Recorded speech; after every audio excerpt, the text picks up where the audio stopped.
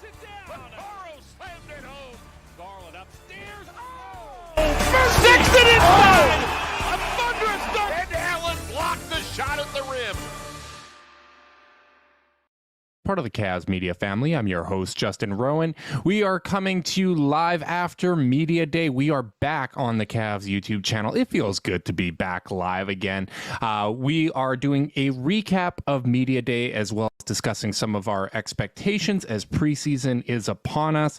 On Saturday, we're going to have the wine and gold scrimmage. On Tuesday, the Cavs play a preseason game against the Chicago Bulls. But we're going to kick things off talking about Media Day. I had intended to upload the full audio to the podcast feed, but the quality was just a little bit off. I didn't feel great about it. So here we are discussing Media Day. And with me today is my co-host, Carter Rodriguez. Carter, how's it going, buddy? Oh, it was a great media day, I'll say. We got to talk to Darius Garland. We got to talk to Jared Allen, several other members of the Cavs. I mean, my word, if the partnership hadn't paid off yet, it did on Monday to me. It was a really, really cool and surreal experience to be part of Media Day virtually here, to talk to some of the players, to get some insight. I mean, there wasn't any massive surprises with Media Day, which is kind of what you would expect going into it. But you could really kind of sense the energy. There's an excitement around this team. And I tweeted this out a little earlier today. I'm as excited as I've been basically since the summer of 2015. Like, this is the most excited I've been. My expectations are a lot lower than they were in 2015, obviously. But it really does feel like the start of a new era with the Cleveland Cavaliers. You got guys a little more comfortable in their skin. I think that was one of the big themes with Darius Garland. Colin Sexton, Isaac Okoro appear to have made progress over the offseason. Jared Allen looking big and strong. You got Evan Mobley, who doesn't have to carry the weight of the franchise on his shoulders with all this talent around him. There's just a lot to get excited about. And, Lauri Markkanen, another example. JB Bickerstaff and Darius Garland talking about playing up tempo and getting threes. Like, this is all the stuff that gets me really excited. So I can't wait for this season to tip off. Yeah, it's super exciting. And I mean, we did no planning on this episode, by the way, gang. So strap in. But I think that what I am, what I left Media Day feeling is Darius. They're ready to push Darius as the leader of the team. And as kind of the straw that stirs the drink moving forward.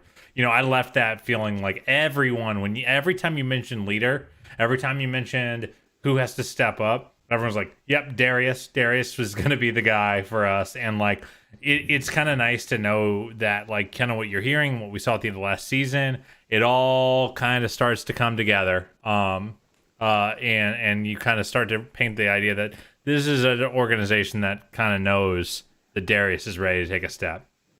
Yeah, and that's one of the benefits of this team getting together in early September here and working out together, practicing. Like, these guys have actually been around Garland after this offseason and have seen him stepping up as a vocal leader. Like, he was someone that you could tell, like, when you would see the road back and other kind of behind the scenes stuff, you'd get like glimpses of Fun Darius, the personality that he has.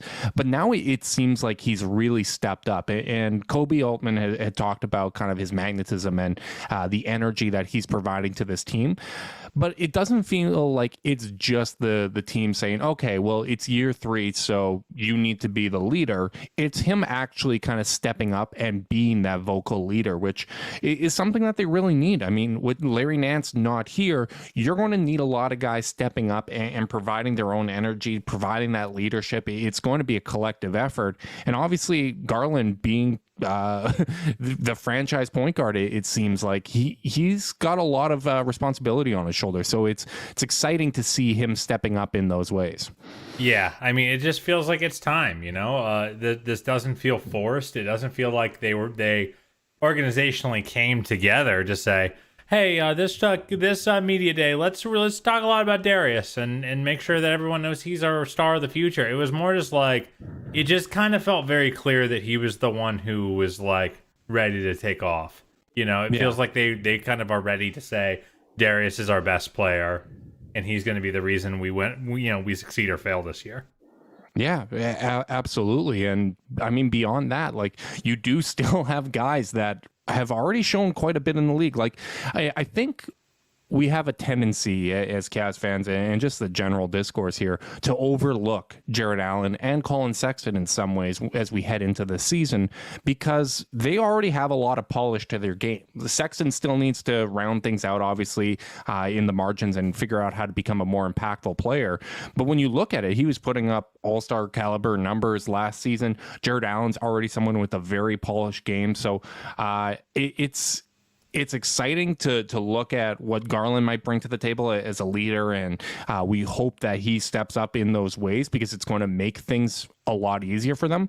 But part of the reason why a Garland leap this season is so exciting is because there are those good pieces in place. There is Jared Allen, who's a proven center that has chemistry with him. There's Colin Sexton, who's a high-level proven scorer in the NBA already that we know has chemistry with Garland. So it's about what he can do to make everybody else's lives better.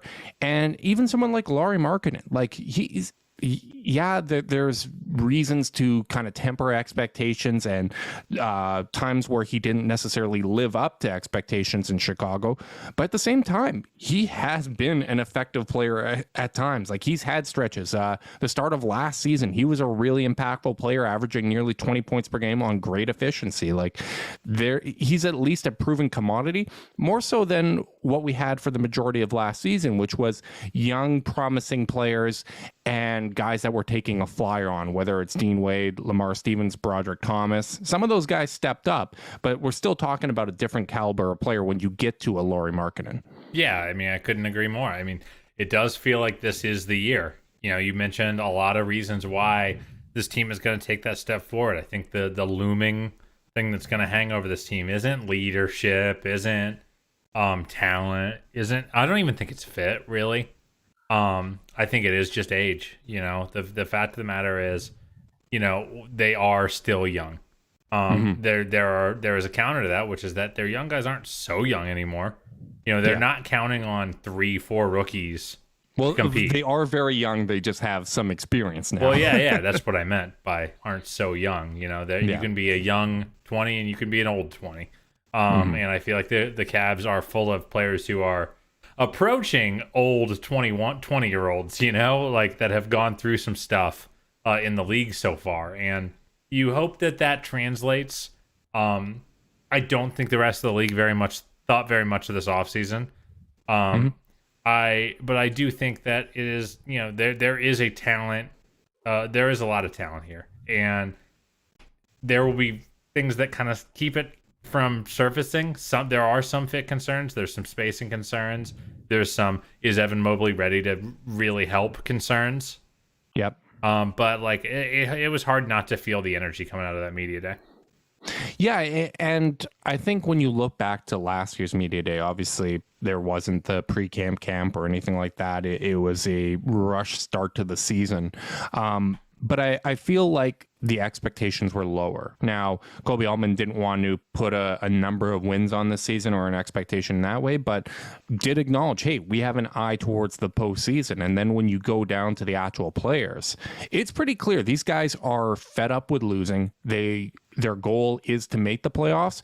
And it's not just their goal coming into the season. I think when you look over the kind of the body of this offseason here, you've got guys that have been in town constantly. They've been putting in a lot of work with the understanding that, hey, there's a big mountain for us to climb. We have to overcome our inexperience. We need to be at a higher level than we have been in the past. We can't just count on reinforcements coming in that are just going to help carry us to the playoffs and we can kind of figure things out on our way there. I think there's been an understanding with the young core that they need to elevate their games to get the Cavs there, because the biggest path to actually making the playoffs, or at least getting in that play-in mix, is going to be the young guys and the internal improvement. Can I say and establishing this, some consistency? Can I say this though? When I talked about kind of them being an old 20, an old 21, an old 22, and Billy in the chat just mentioned,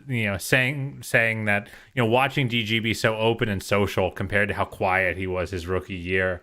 And you know what else I really felt that about was Sexton. Sexton was like holding court up there. Yeah. Did you notice that? He seems really confident. He seems super confident and super comfortable in his own skin. Like, I feel like the man's got some media training or just got, older, which happens where you start to get more confident and comfortable.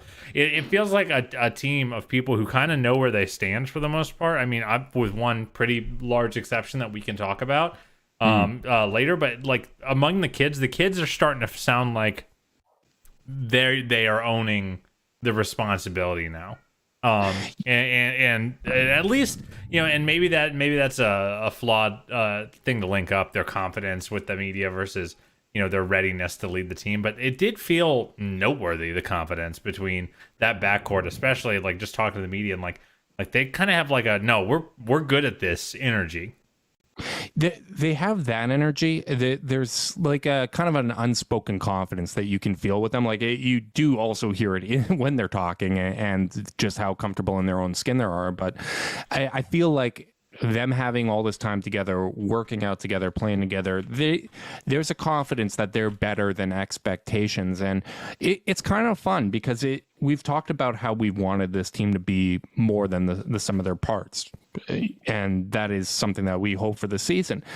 And it really does feel like this is a group that likes playing together, that cares about each other, that wants to overcome kind of the odds and to make some noise this season. And that's just really refreshing to me. And can I say this? One thing that I think some people are getting a little antsy about with Kobe Altman is some of the big numbers, the big extensions, the long term that the team could be locking itself into. Jarrett it was 5 years, right? Yep. Yeah, 5 years for Jarrett.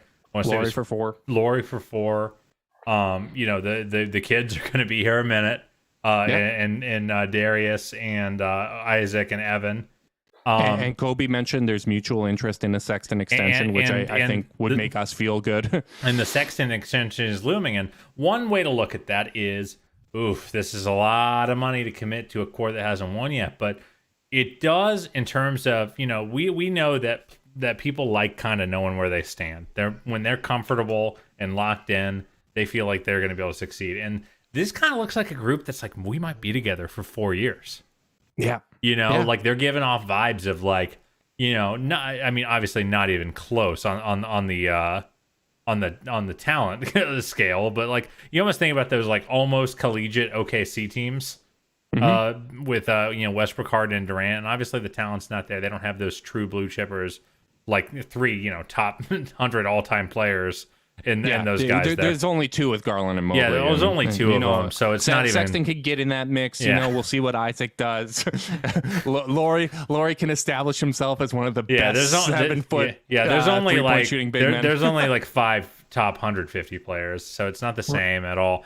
But like there is this like, hey, we're gonna be here a minute vibes of like, these guys are getting comfortable with one another in a way that like it's just. I don't know. You know how I feel about this. It's just hard when you're playing the asset game, Justin, and you're taking in transient bodies, even good dudes like JaVale McGee. Like you knew he wasn't going to be around long. You knew a lot of these players that have been cycling through this roster the past couple of years are more about the pieces they're bringing in than about the players. And it's finally kind of like, okay, we got our crew. And this crew's either going to succeed or not, and that'll, determine, the story that's written about this Cavs team moving forward. But like, at the very least, they know that they're in it together, and it's sink or swim time, and it's kind of fun to see like them kind of gelling around that. Yeah. And it's funny, I was listening to Kate Fagan earlier today. They were kind of discussing the vaccination and the reaction of media day. And one of the things that they were mentioning is how when you look at the NBA, you don't get a lot of situations where it really feels like players are in it for the team. Like there's a lot of individualism in today's NBA, and I'm not naive enough to think that this is always going to be the case. But right now, it does feel like, hey, this is a group of young guys that maybe haven't got a fair shake. Like you look at Lauri Markkanen, things didn't work out in Chicago. He's looking for a fresh start. Garland and Sexton have been doubted a lot. now they're looking to prove themselves. Isaac Okoro, like you look at some of these redrafts, and despite what he did defensively, because he didn't put up the offensive numbers, he gets overlooked, and he's looking to establish himself. Jared Allen's looking to establish himself and prove that he was worth that extension. And it seems like they're all working together towards something, which, I mean, like I said, I'm not naive enough to think that that's the way it's always going to be with this group, but it's kind of refreshing. It takes me back to kind of the teams that I fell in love with as I was first establishing my fandom in the NBA. It's I'm excited to see what this team's going to do, because pass or fail, we're going to learn a lot about how good these players are, how good JB Bickerstaff is at optimizing these lineups and getting the most out of them. It actually feels like there's tools and weapons and options available this season. And I mean, it sounds like the plan is for this team to finally play up-tempo basketball, which we've almost never seen. Even when LeBron was here, like, they would get a steal or a block or something and get out in transition. But every other occasion, they were walking the ball up the floor. I want up-tempo basketball, Carter. I'll believe it when I see it on this one, Justin. I will too. I will too. But I'm saying I don't want to be the buzzkill on a fun podcast. But, you know, like, everyone knows, every coach says it, and then, you know, 9 of them actually do it most of the time. Here's the thing is, if we know that that's the stated goal, that's something that we can measure the season against, and that's right? Like, that is what's nice. And we did this with the 3-point shooting last year, which was, hey, like, do they even want this? Or do they think that, you know, in our opinion, wrongly think they can bully their way to wins? And then JB was like, no, we got to shoot more threes. And we're like, okay, let's see how they do against that stated goal. We know what the coaching staff wants here. Yeah, exactly. And when we talk about kind of where guys see themselves and what they expect from this season, I'm not expecting it all to come to fruition, but it gives us a better idea of what those expectations are and where they're falling short. Like, the pieces actually do seem to fit well together this season, which hasn't been the case for a while. I get a sense of the team that they're trying to build, and that's exciting, right? Because now, if things aren't working out, we're going to have a better ability to analyze that, figure out where they're coming up short, what they can do to rectify those situations, and that's exciting. Like, of course, I have my personal thoughts and feelings on every one of these subjects and their likelihood, but ultimately, like, right now, it's all about expectation setting, which I think right now, I think it's realistic to expect this team to compete for the play-in. Like, I truly feel like they do have the talent, and it's just going to be a matter of whether or not they play at that level consistently enough to actually make it into that play-in conversation. I mean, let's just go there, because, you know, JB neglected to put chose not to put a win total on the board, which is smart if you're a coach. Said that they are playing with an eye towards the postseason. You know, the reality is, playing is not that hard to make. Okay, the Cavs have to jump Toronto, who lost their best player, Washington, Chicago, and then one of, you know, Washington, Boston, Indiana, Charlotte, or New York. Those are probably the ones that are most, you know, in reach. So, like, you don't have to jump that many people, and it's not like they were that far out before you know, everything went to hell. From a health perspective, you know, all I'm saying is I am kind of at the point where it's like I want them competing for a play-in spot, or I'm going to be disappointed by the season. And maybe my cat's attacking my dog in the back, so that's fun. I see that. Yeah, poor Todd gets a raw deal, man. The cat just comes up and, like, just whaps him in the face, and he's just like, hey. But you know, I think that, like, maybe there should be a difference between goals and expectations, because I know their goal should be to make the play-in, but, like, I'm almost at the point where I'm like, if you're not expecting to make the play-in, like, what are you even trying to do here? Like, right. Like, that should be the expectation, and I think I'll be disappointed if they don't make it. Like, I've been kind of talking a more measured game as of late, where I'm like, you know, it's going to be tough to make it. I just want to see them get better. I want to see them get closer. And I'm like, no, I expect them to be in that mix, and if they're not, that would be a bummer. That would be a bummer, and I think it would cause some reevaluation. And I think one of the biggest things, and I'm not going to go too far into detail here because I've done it on past podcasts, but you look at some of these teams and I don't know if they have the same desire to make the play-in or the playoffs that the Cavs do, right? Like if Toronto's in that mix, are they going to be buyers at the deadline? I feel confident saying that, hey, when you have kind of that young core that you feel good about in place, you can start making those supplemental moves. Like if they're in the mix for the plan, maybe this is a team that gets aggressive at the trade deadline and that first round pick next year becomes a little easier to move because, hey, we are where we hope to be, that these young guys have us maybe they're already in the play-in position and you're looking to solidify that or move up into that 7-8 range, right? Like I think there's more of a desire to be better and to turn things around in Cleveland than some of these other teams where you look at Washington, maybe like things are kind of clicking, but they're basically made up of, outside of Bradley Beal, they're made up of role players that would probably fit well in other situations, but I don't know if they can be the straw that stirs the drink. There's teams that Charlotte, yeah, they were better than the Cavs last season, but it wouldn't surprise me for Darius Garland to be better than them. And I've already said that I think the Cavs are going to be better than the Hornets next year because they got younger, and I just don't know if they have as many great pieces as the Cavs do. That's probably a bit of a homer take, but you know what? I do think that that's realistic if things click. Yeah, by the way, I want to just call out Cisco 2104 who got in the chat and asked when the wine and gold scrimmage is. Justin, it's Saturday, baby. I don't know if there's Saturday. I don't know. Are Saturday they streaming at 1, it? I believe. I'm not. We should have done a little bit of research there. I assume so. We would never do any research. That's never the answer. I assume that it's being streamed. In the past I've been able to find them, so I'm very hopeful. I think there's obviously a lot of excitement around this group. So if it's not streamed, I'm going to be a little bit disappointed. But if not, Tuesday, man, taking on the Chicago Bulls. Oh man, it just is crazy to see it this close. Like it just feels like, summer league is like, it really, like when preseason starts, it really like puts into such stark relief how not real summer league is. Summer league is this like oasis in the desert in the most literal sense in Vegas, but like it's far enough removed from real basketball that you can trick yourself into thinking it resembles real basketball. I've got my Cavs fix, but like this is really when the Cavs fix starts. Right. And it's going to be so fun to kind of see, like, we haven't watched Evan Mobley play with Darius Garland yet.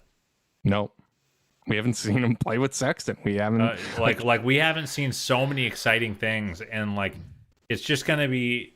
We haven't seen Laurie in a Cavs uniform yet. We haven't seen Ricky in a Cavs uniform yet. Like, it's funny. There's a lot of new faces. I don't want to attack friend of the pod Evan Dammarell, but I do because he craps on us all the time on his podcast. That is true. So especially me, frankly, and no verification, Evan. I do want to actually take kind of issue with something Evan said recently, and he's said it both on the pod and said it on his Facebook news platform, which you should absolutely go subscribe to. That's Right Down Euclid for those that are unaware. Thank you.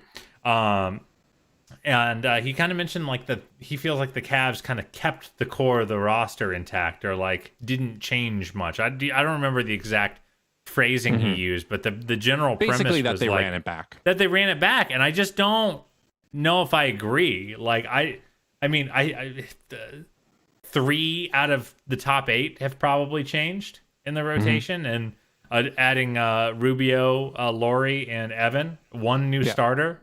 I mean, short of like, I mean, and what I don't really understand is the framing of it as some kind of risk, because I don't know what their other options were that were like who was on the table to go like consolidate these assets for that would make us go, okay, now the Cavs are solid.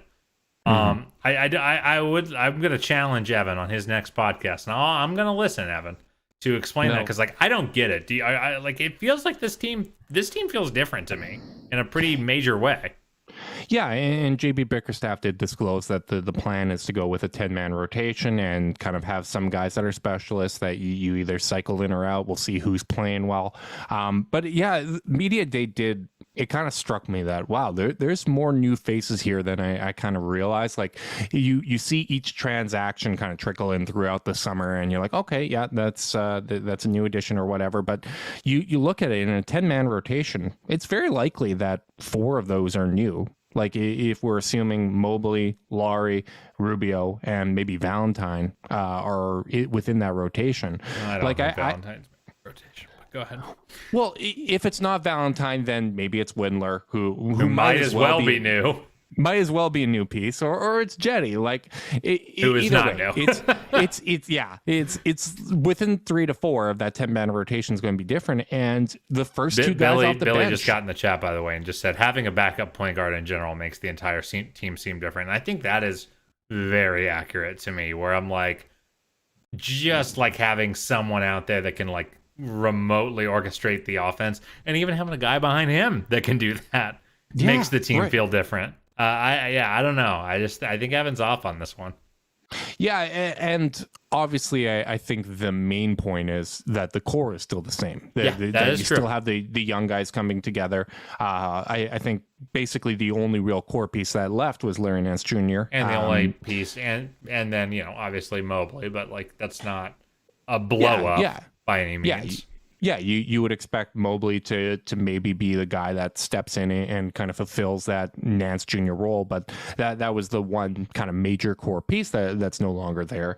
And then Laurie comes in as the third big. So you're two guys that are basically going to be playing near starters minutes, whether it's in the starting lineup or off the bench, and Rubio and Laurie, like they're going to be very significant contributors. So I'm excited to see what that is.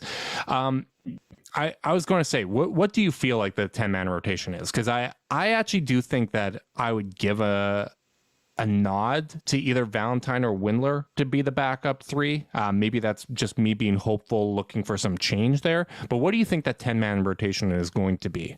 Darius, Colin, Okoro, Mobley, Allen in the starting lineup. I do not think there is a snowball's chance in hell this team starts Lauri Markkanen. I know that is they have declined to announce what they're going to do there. Maybe I'm way wrong here, but in my opinion, this is a team that has preferred to start its young core members. Even when they're not quite ready yet. They pushed Sexton in early. They pushed Darius in early. They pushed Isaac in early. I just would be surprised if anyone, if that's anyone but the starting 5.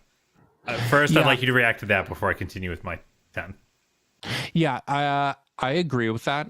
I would say if Laurie were to start at the power forward, it would change up the rotation a bit. Like I think it's actually easier to start Laurie.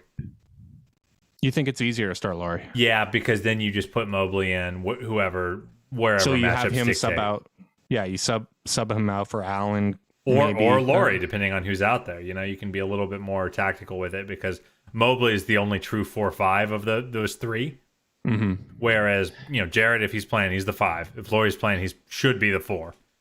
Yeah, I guess in my 2K tinkering and kind of my thought process, I like starting Mobley and Allen together because then you bring in Laurie for Mobley, you bring in Rubio for Sexton, then you have those guys check in to take out Garland and Allen, and then you're kind of running a second unit that contains Rubio, Sexton, Windler, Valentine, or Jetty, along with Laurie and Mobley. Me, bro. Yeah, along with Laurie and Mobley. Like, I think that would really work well, and I like the way that those rotations kind of feel. But, either way, like, I think Laurie's going to split his minutes with both of those big men, and Mobley's going to effectively be the backup power or backup center. Maybe we see a little bit of Kevin Love there with Mobley as well. But let's hear you continue the rest of your 10. Who's your second 5? It'll be Rubio. It'll be Laurie. It'll be Kevin. It will be drum roll. And it gets tight here. I think it's got to be Dylan. The new, yeah.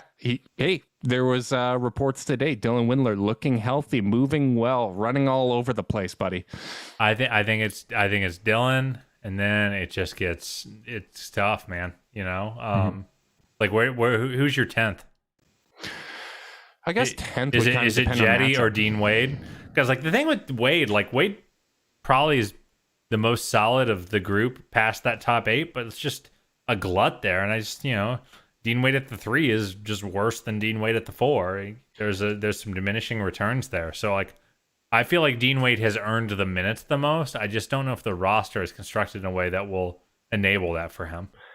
Yeah, it's tricky too, because I think as long as Kevin Love is healthy, bought in, and contributing, you're probably going to see more of a 9-man rotation than a 10, right? Like in games where Kevin Love doesn't play, yeah, it probably opens up more opportunities for Dean Wade, maybe a Lamar Stevens, Jetty Osman, whoever that may be. But when Lamar could be my 10th, I think I could be okay with Lamar in a shooting heavy lineup.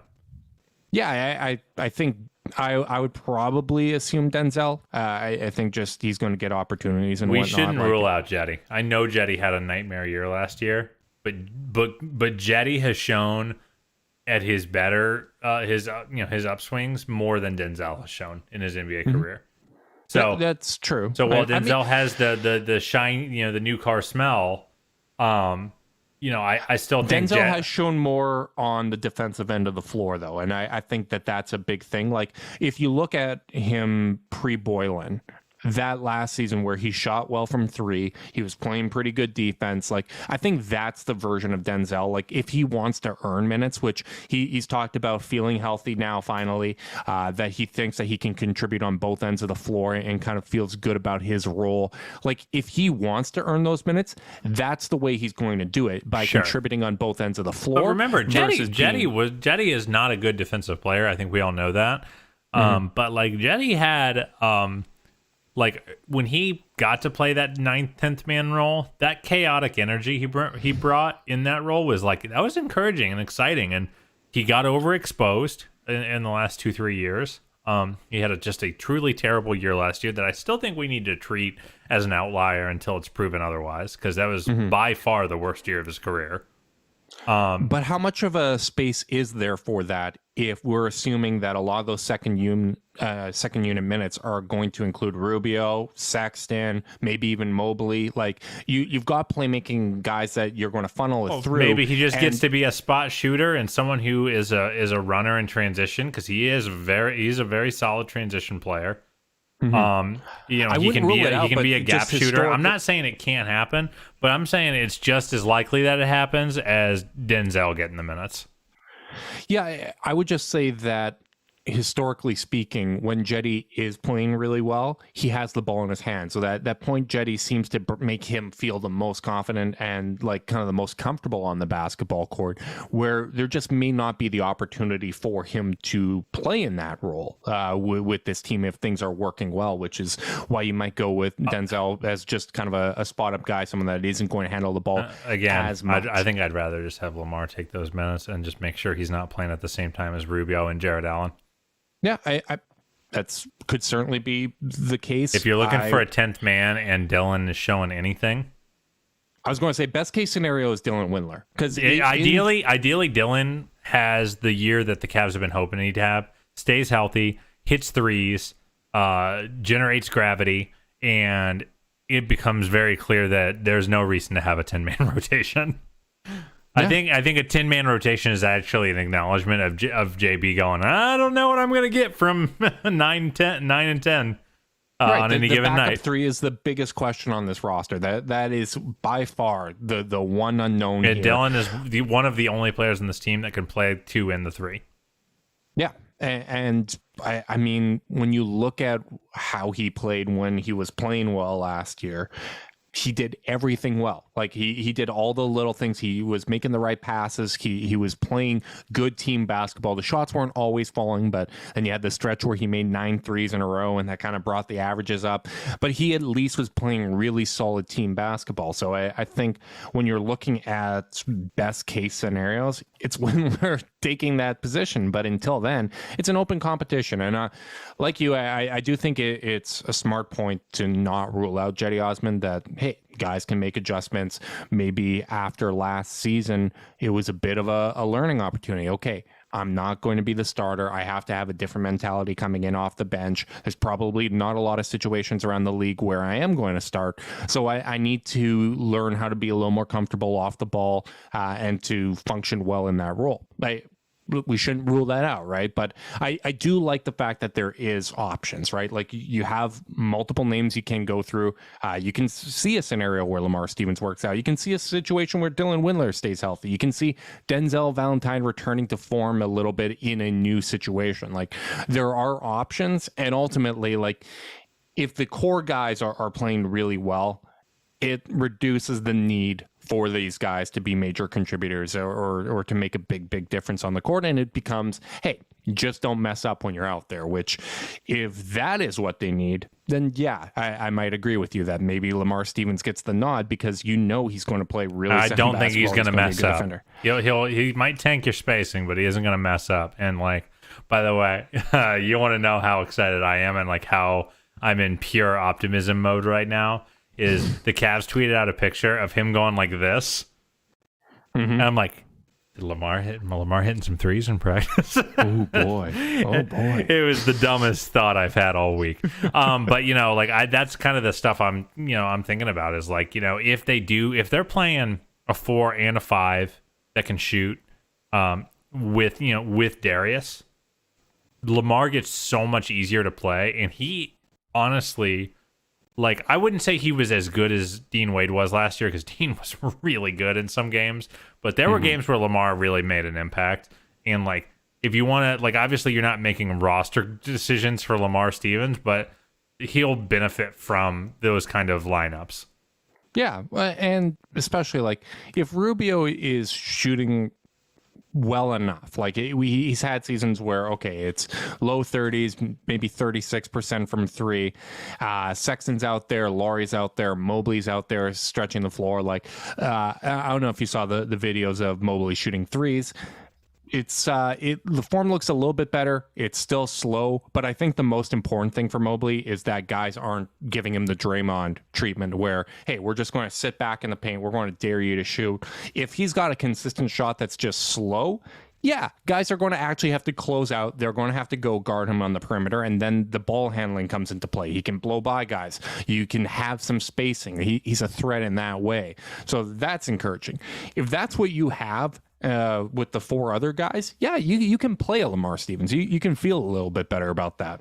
Yeah, it's just going to be a matter of that gravity, because Mobley can't be just a conceptual shooter that might draw some attention. He needs to actually have someone who feels like they can't abandon him. So I'm not saying that Lamar at the 3 will be the way it plays out, but I certainly wouldn't rule it out, just given the way the rest of the offseason has gone. Yeah, no, I completely agree. I think the last thing that we should touch on before we wrap this thing up is Kevin Love, because this is the first time that we've really heard from him in a while. He seemed a little, maybe a hair surly at Media Day, but at the same time, if I was in his shoes, I probably wouldn't want to be sitting there fielding questions. Yeah, it's like such a no-win spot for him. Like I felt some tension of like. Like, I mean, think about like what an annoying thing it is to have to go at a media day. Like, I'm gonna be in a good mood. I'm gonna be nice. Like, it's just like, I don't think I suck. I understand that the team has made heavy investments at my position, but at the same time, like, I'm going to try to do my best to bring energy and whatnot. Like, Kevin Love said the right things, and I do think he said the right things. He said the right things, and I gotta admit, like, it's nice to see, kind of like in the highlights, like him having fun with the guys and whatnot. I don't know if you saw the video of him throwing the lob to Laurie. I'm telling you, I don't think he's a bad hang. Like, people act like the toxicity is permanent, and like, we know it's not. We know that he's had a few bad moments that were very public, and some that were private. But it's not like I've always appreciated the way when he has been hurt and when he's on the road with the team and on the floor, like being super hyped for them when they do well. Like he's a good cheerleader. He's a good supporter of the young guys. So I do not think it is so outrageous that he could be a positive force for this team. I feel like I got ahead of that zag early, where I'm like, listen, if Kevin's healthy, he's still really good. We saw it in key moments last year when he was feeling himself, and to have that guy be your fourth big is pretty exciting. And like, yeah, he's saying the right things. Yeah, he probably wants to get on out of here, and kind of move on to a place where he can compete and actually get minutes, because there's a difference between being a 10th man on the Nets and being the 8th, 9th man on the Cavs right now. But like it does feel like he's coming in with at least saying the right things. And I'm willing to give it a shot, man. Maybe call me naive, but I think this is going to be all right. Yeah, and if it's not, he'll go home. It's a different situation because you're not counting on him in the ways you have in past years, which you know what? There's two sides to that coin, right? Like it's nice that you're not counting on him, because if he does miss time, yeah, you've got other options. He's likely the fourth big here, but at the same time, it takes some pressure off of his shoulders. Now, like, he can just kind of be, hey, I'm the ball player. I can be a little bit of the leadership guy to the young guys and continuing the mentoring that I've done there. But hey, Darius is stepping up as a leader. We have all these guys that are contributing and being, as Kevin Gelly said, fountains of energy rather than drains, right? So it's an opportunity for him to just focus on basketball, and especially as he rehabs these injuries and kind of gets more comfortable. Yeah, starting off with a lower minute load might be a great thing for him to help him get comfortable. And if he earns minutes like anyone else on this team, I would expect him to get more, right? So it's you know what? I'm hopeful. Like I'm not expecting a ton out of him this season, but I want things to work out, because at the end of the day, like, I still find myself being really appreciative of what Love has done for this organization. Obviously, being a part of the championship, I want one of these situations with guys that won the title for the Cavs to work out well. And if you have like a little bit of a good vibe situation where he's coming in off the bench, he's contributing as the fourth big, helping out with the depth, because we saw last year depth is really important to have. I don't blame JB Bickerstaff for being like, yeah, I'm not going to sit here and act like depth is a problem. I'm hopeful that he can contribute, because I do think that there is an opportunity and a need for him if he is bringing what he can bring to the table. And maybe it helps showcase him as well, that, hey, he can still be a contributor, and that helps him achieve at least the goals that he's kind of stated at times publicly, with whether it be the interview with Chris Haynes and whatnot, where he gets to go to a different situation. But as long as they're together, I'm going to hope and root for things to work out, because ultimately, like, I'm a fan of the team, and good basketball player playing good basketball for the Cavs is a very good thing. Yeah, absolutely. Yeah, I want the good vibes back, and I don't think it's just wishful thinking that makes me think it might happen. Mm-hmm. Well, I mean, ultimately, like, it's, if those are your four bigs and they're contributing, like, you can mix and match, you can play with those guys. There's a lot of ways to make that fit. I would say the only one combination I don't want to see is Laurie and Love. Like, I wouldn't mind it in the right, just the right circumstance. Man. I wouldn't mind it. You are a sicko. Normally, I'm a sicko on this podcast. I love the idea of just bombing away with the Darius, Love, Laurie lineup against a team that maybe doesn't have enough, that has a lineup that doesn't have much punch. Yeah. Like, I mean, you can go 5 out in a major way with that group. No. I mean, the defensive rating will be 130, but maybe you get up to 140 on offense. You never know. A little bit of run and gun. Actually, that reminds me of one thing I want to bring up before we wrap this up. JB did tease the possibility of Garland, Rubio, Sexton playing together. A little 3-point guard action. No thanks. That's fine. You know what? Thanks, Maybe I'm the JB. sicko. I don't really want to see that. See, you wanted Laurie and Love. I want that. I want a little 3-point guard action with Mobley and Allen. You know, the trees and the guards. Let's make it work. Let's get weird. Let's test some things out. You know what? I'd be okay with that in certain situations. It worked in OKC when they had Paul Schroeder, SGA. You never know. It might be something. It might be something that works. Maybe you get a little weird with it and show that off in the preseason. I'm pretty cool with never seeing it. Ye of little faith. I can't believe you being on Laurie and Love and not the 3 guards. Yeah, 3 guards, baby. I've seen enough. I've that seen work enough in the NBA. I've seen enough unbelievably small Cavaliers lineups in my day. I'm okay with it. You're being unbelievably small, but you know what? It's good to be back. It's good that we're on the verge of seeing basketball again, especially Cavs basketball. I cannot wait for it. For everyone that tuned in on YouTube, we really do appreciate it. Make sure you like and subscribe to the Cavs YouTube channel to make sure that you're not missing us going live. Click the little bell. Gives you an alert when we're doing one of these live podcasts, and you can tune in. Give us your comments. Carter will read it because he's better at multitasking than I am. If you're listening via podcast, you can support us the old school way. Leave a rating, leave a review, subscribe, unsubscribe, resubscribe, and help cook those books. If you want to be part of the Chase Down's exclusive Discord chat, send a screenshot of that review to chasedownpod@gmail.com. However you choose to support us, we really do appreciate it. Make sure you guys are staying safe out there, and until next time, go Cavs.